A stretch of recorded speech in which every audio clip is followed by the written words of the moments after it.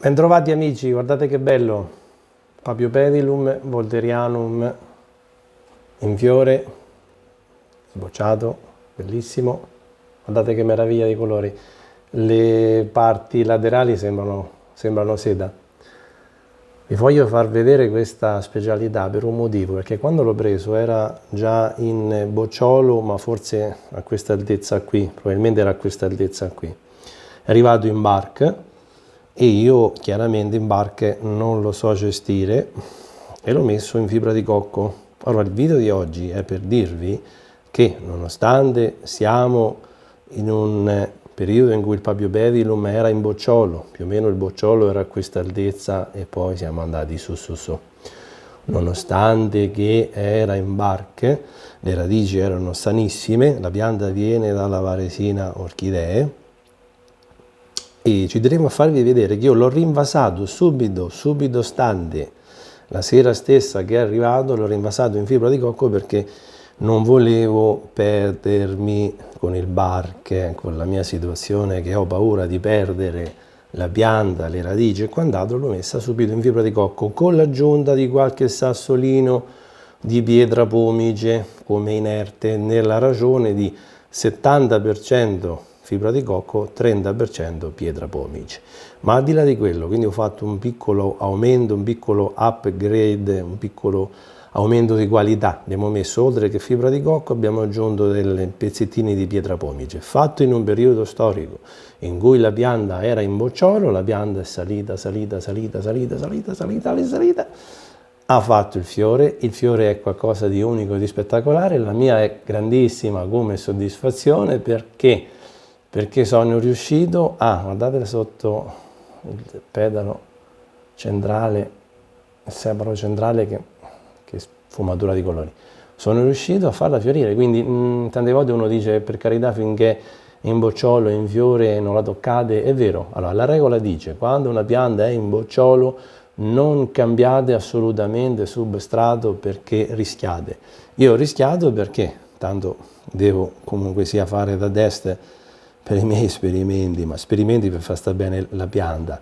Quindi ho ottenuto che la radice è perfetta, anzi ha un colore diverso di quando era in bark, colore più marroncino chiaro, ma non è tanto una questione di colore di radici, perché non ci interessa il colore delle radici, ci interessa che la pianta stia bene. Volevo sfatare questo mito, però lo faccio io, non è detto che dovete farlo anche voi. Cioè non è detto che vi arriva una pianta dovete per forza travasarla. Io il rischio nel barche di buttar via tutto non lo volevo correre. Quindi che ho fatto? L'ho presa e l'ho travasata. La radice ha gradito, il fiore è uscito fuori, ma è qualcosa di spettacolare.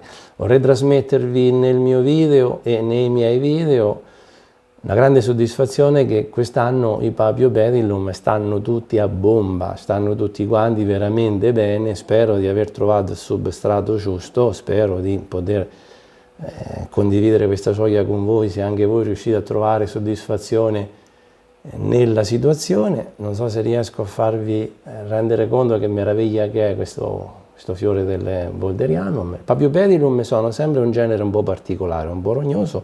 Io voglio e pretendo da me stesso, perché sennò non ci avrei senso nei miei video, di cercare di portarli a fioritura, portarli a star bene, portarli a... guardate che quanto è lungo tutto quanto lo stelo. Non ho messo neanche il bastoncino perché dico non voglio intervenire ancora di più, quindi non ho messo il tutore. Ma se vedete il gambo comunque sia in natura, uno mette il tutore, ma questo si tiene per conto suo, non è che dici che ha problemi di stabilità, qui non ci sono grossi colpi di vento e non potevo farvelo perdere perché è qualcosa di spettacolare.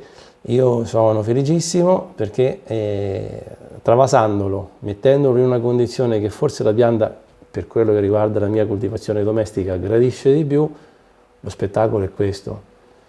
E se potete sapere che prima di metterli in fibra di cocco, tutte le prove che ho fatto per cercare di farli vivere è stata un'impresa, l'unico modo di farli vivere è stato nell'inerte Papiopedilum insigne che avete visto negli shorts all'inizio dei video, che ancora è in inerte e poi lo cambierò, vi farò vedere il video. La soddisfazione mia è massima.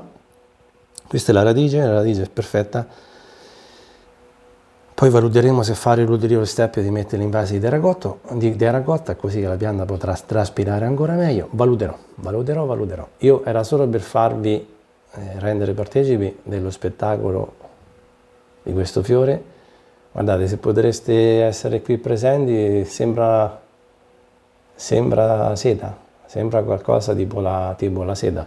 Io sono innamorato, affascinato da questa fioritura, dal genere di Papiopedilum, e spero con tutti i miei video a venire di potervi facilitare la situazione e poter avere anche voi soddisfazione del genere Papiopedilum, perché sono affascinanti, sono semiterrestri e il fatto di non poter tante volte riuscire a coltivarli ti dà l'agitazione, perché non è possibile. Considerate che il Wolderianum vive nel muschio, nei detriti, addirittura di pietra silicia, quindi ecco, dico questo e concludo. Tante volte i Papiopedilum vivono nelle radici, nelle cose più strane, sporche, sporcacciose, nei più detriti, nei posti più anfratti possibili. Poi quando si tratta dei nostri appartamenti, che gli diamo tutto il meglio, poi tante volte ci fanno soffrire. Allora io spero che con la fibra di cocco e con la pietra pomice, che mi alleggerisce un po' la compattezza della fibra di cocco, spero di aver trovato il giusto ingrediente per far star bene queste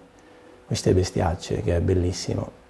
Va bene, non vi ho fatto perdere la fioritura, poi ne ho anche altre di fioriture di Papiopedilum e ci aggiorniamo. Grazie di avermi seguito in questo video, a presto!